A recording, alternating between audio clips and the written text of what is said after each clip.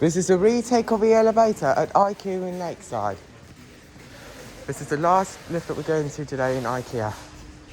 It's a Schindler MRL. Full speeding in twin door, I like that.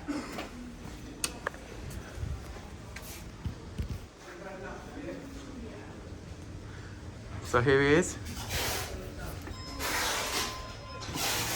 Classic level, go up to 1. Door close button works, I like that. There's the light fixtures obviously. This is the retake by the way of this elevator. Door decay and the capacity is 226 persons. Built by guys in 2017 here at 1. Classic level. Going down? No problem. Thank you.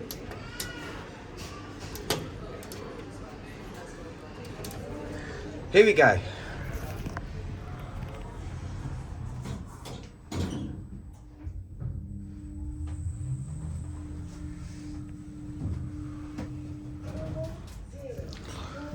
Now we can exit the elevator here up at that 0, classic level. Watch it close now.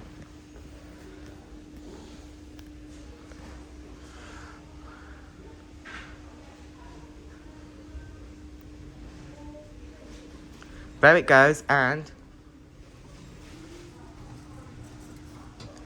that's it.